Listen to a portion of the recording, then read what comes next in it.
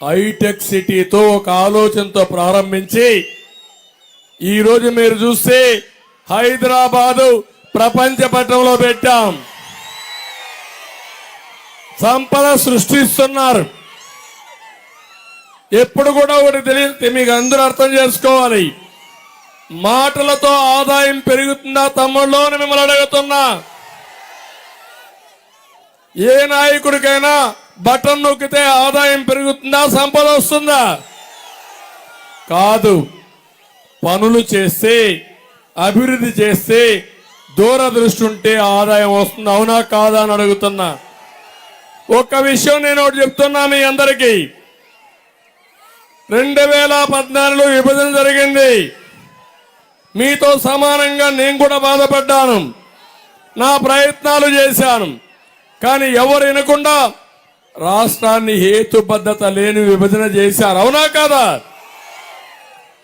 ఆ రోజు మీరందరూ ఆలోచించారు, జీతాలు ఇవ్వగలుగుతామా, కనీసం పింఛన్లు ఇస్తామా, అభివృద్ధి జరుగుతుందని భయపడ్డారా లేదా? మీరందరూ 5 సంవత్సరాలు నేను ముఖ్యమంత్రిగా రాత్రింబగుళ్ళు పనిచేశా.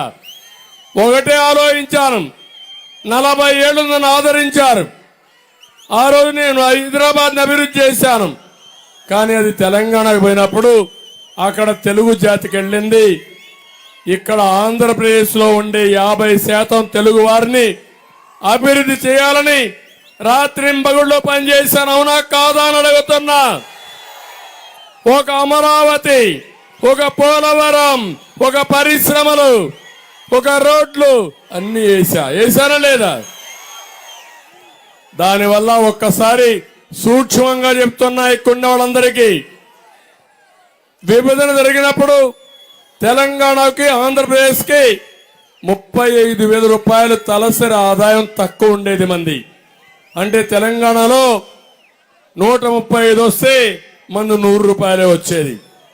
నేను అక్కడి నుంచి ఆలోచించాను, మీరు కూడా ముందుకు పోవాలని ఒక నిర్దిష్టమైన ప్రణాళిక తయారు చేసుకున్నాను. 5 ఏళ్లు కష్టపడ్డాను.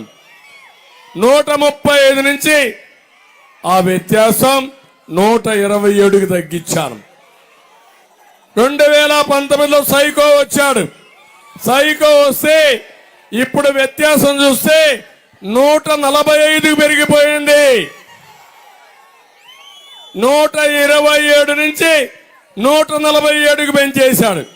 నేను అడుగుతున్నా ఈ సైకో ముఖ్యమంత్రిని, బటన్ నొక్కానంటాడు. నువ్వు బటన్ నొక్కావు, ఎవరికి లాభం వచ్చిందా తమ్ముళ్ళు అని మిమ్మల్ని అడుగుతున్నా. బటన్ నొక్కి మీకు ఇచ్చింది 10 రూపాయలు. అవునా కాదా? బటన్ నొక్కి మీ మీద భారం ఎంత తెలుసా? 100 రూపాయలు. అవునా కాదా? అంటే 10 రూపాయలు ఎడమ చేతికి ఇచ్చి కుడి చేత్తో 100 రూపాయలు దోచేసిన దుర్మార్గుడు ఈ సైకో జగన్మోహన్ రెడ్డి అని చెప్పి నేను మీకు తెలియజేస్తున్నా. మీ దగ్గర 100 రూపాయలు దోచేశాడు. కానీ ఆయన దోపిడీ చూస్తే మద్యంలో, ఇసుకలో, భూముల్లో అన్నిట్లో దోచేసింది 1000 రూపాయలు దోచేశాడు. ఇలాంటి వ్యక్తి మీకు కావాలన్నా అని మిమ్మల్ని అడుగుతున్నా. ఎవరికైనా ఆదాయం పెరిగిందా అని మిమ్మల్ని అడుగుతున్నా. మీ పక్కనుండే తెలంగాణలో కష్టాలు ఉన్నాయని మిమ్మల్ని అడుగుతున్నా. ఎందుకు వచ్చాయి ఇక్కడ? చేతగాని దద్దమ్మ, చవట, పనికిరాని వ్యక్తి ముఖ్యమంత్రి అయ్యి, ఏ తమ్ముడు, చెప్పింది నా జనది, నువ్వే జనసేన చెప్పింది నాన్న, మీరు వెనకాల కనపడదంటే త్వరగా రండి, ఈ పక్కన సైడ్కి రండి. నేను ఒకటే చెప్తున్నా మీ అందరికీ, ఎప్పుడైనా సరే ఒక పరిపాలన ద్వారా మీ జీవితాలు బాగుపడతాయి. చెత్త పరిపాలన ఉంటే మీ జీవితాలు నాశనం అయిపోతాయి. అదే జరిగింది. కొన్ని విషయాలు నేను మీ అందరికీ ఎక్స్ప్లెయిన్ చేస్తా. నేను ఒక మాట చెప్తున్నాను, ఈ రాయలసీమలో 52 సీట్లుంటే 49 గెలిపించారు.